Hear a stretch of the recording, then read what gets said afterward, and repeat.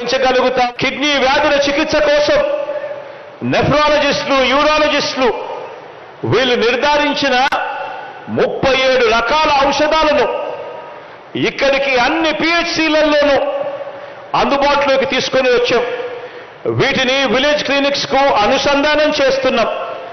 అనుసంధానం చేసి ఈ మందులన్నీ కూడా ఉచితంగా ప్రతి పేదవాడికి గడప ముంగిటికే ఇచ్చే కార్యక్రమానికి శ్రీకారం చుడతా ఉన్నామని చెప్పి కూడా చెప్పడానికి గర్వపడతా ఉన్నా.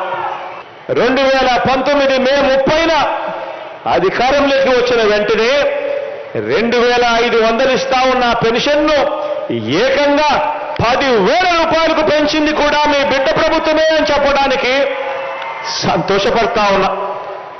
తీవ్ర కిడ్నీ వ్యాధులతో ఈ సీకేడీ డిసీజ్తో బాధపడతా ఉన్న వారికి కూడా అలాంటి వారిని కూడా గుర్తించి వాళ్ళకు కూడా 5,000 రూపాయల పెన్షన్ వచ్చేట్టుగా చేసింది కూడా మనందరి ప్రభుత్వమే అని చెప్పడానికి కూడా గర్వపడతా ఉన్నా.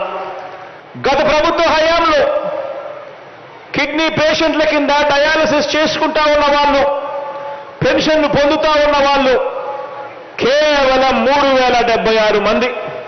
కానీ మీ బిడ్డ ప్రభుత్వం అధికారంలోకి వచ్చిన తర్వాత ఏకంగా 13,143 పెన్షన్లు ఈరోజు పెంచడం జరిగింది. ఈ 13,143 మందికి ఇచ్చే పెన్షన్ సొమ్మే నెలకు 12,54,00,00,000 రూపాయలు నెలకు ఖర్చు చేస్తా ఉన్నాం.